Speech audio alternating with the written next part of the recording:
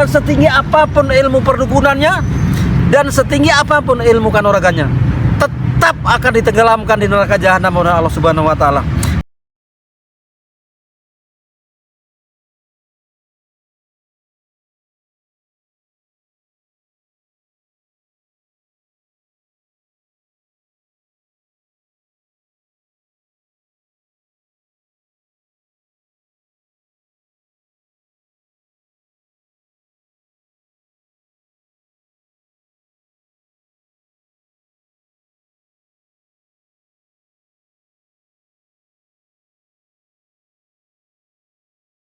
Yang dinamakan jimat, tangkal, sikap, raja, haikal, atau gembolan dan sajen-sajen, penglaris, pesugihan, dan ada lagi yang dinamakan tembok, saudara. Tembok itu seakan-akan gimana ya? Kita takut digerogoti oleh pesugihan-pesugihan lain, jadi dia dijarikan kepada kiai itu dipasang lagi namanya apa, raja tadi, setempel di atas pintu biar jangan diganggu sama apa namanya, sama tuyul-tuyul yang lain. Jadi semua itu tembok ini semua yang dinamakan kesirikan. Dan masih lagi banyak lagi kesirikan yang lain. Wahai saudara-saudaraku, karena seluruh manusia ini yang berpijak di bumi Allah ini sudah ditetapkan oleh Allah Subhanahu wa taala itu rezekinya, keselamatannya, umurnya, ajalnya.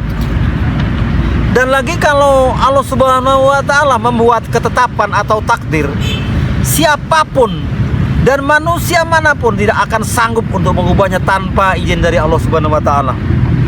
Wahai saudara-saudaraku, sadarlah dan sadarlah bahwa yang saya sampaikan di atas yang dinamakan kesirikan itu, saya berusaha keras untuk memastikan apakah ada perintah dari Allah Subhanahu wa taala untuk mengamalkan kesirikan itu.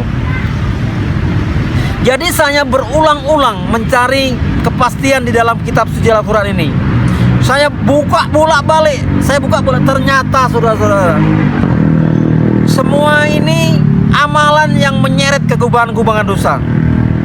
Dan tidak ada satupun yang diperintahkan oleh Allah Subhanahu wa taala. Maka dari itu, barang siapa yang masih mempertahankan kesirikan, setinggi apapun ilmu agamanya, dan setinggi apapun ilmu perdukunannya, dan setinggi apapun ilmu kanuragannya, tetap akan ditenggelamkan di neraka jahanam oleh Allah Subhanahu wa taala. Karena di surah An-Nisa tadi, surah An-Nisa ayat 116, kata Allah, sesungguhnya Allah tidak akan mengampuni dosa-dosa karena menyekutukannya atau syirik. Dan lagi di surah An-Anfal ayat 22, kata Allah Subhanahu wa taala, sesungguhnya seburuk-buruk makhluk yang bergerak di atas bumi ini di dalam pandangan Allah, yaitu mereka yang tuli dan bisu, yang tidak mau mendengarkan larangan-larangannya dan tidak mau memahami kebenaran. Itulah orang-orang yang tidak mengerti. Maka lagi Allah Subhanahu wa taala mengatakan di surah Kaf ayat 22, Allah berfirman, lemparkanlah olehmu berdua ke dalam neraka jahanam semua orang yang sangat ingkar dan yang keras kepala, bersama golongan jin dan manusia yang durhaka terhadap Tuhannya. Jadi saya ingin selalu mengingatkan kepada seluruh bahyainya yang terhormat, yang masih berprofesi di bidang kesirikan, dan kepada seluruh mbah dukunnya yang terhormat, yang masih berprofesi di bidang kesirikan, dan kepada seluruh saudara-saudara yang terhormat yang masih memakai jimat, sadarlah dan bertobatlah mumpung nyawa itu masih lengket, belum ada kata-kata terlambat. Karena Allah Subhanahu wa taala itu Maha Pengampun dan Maha Penyayang.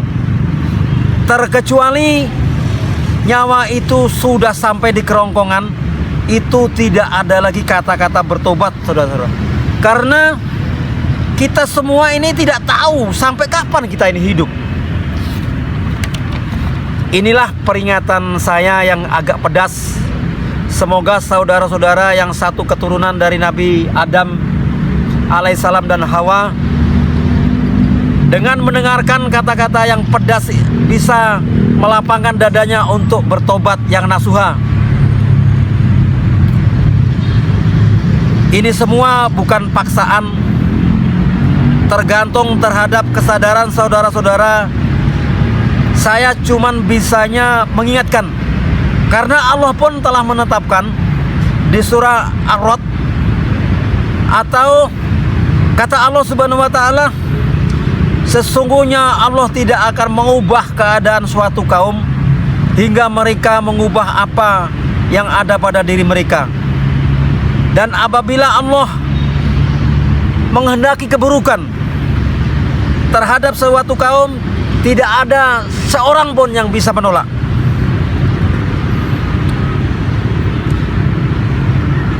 Cukup sekian, semoga yang saya sampaikan di atas bermanfaat untuk saudara-saudara yang satu keturunan dari Nabi Adam alaihissalam dan Hawa. Ini kami akhiri dengan doa majelis. Subhanakallahumma wa bihamdika asyhadu alla ilaha illa anta astaghfiruka wa atubu ilaik. Assalamualaikum warahmatullahi wabarakatuh.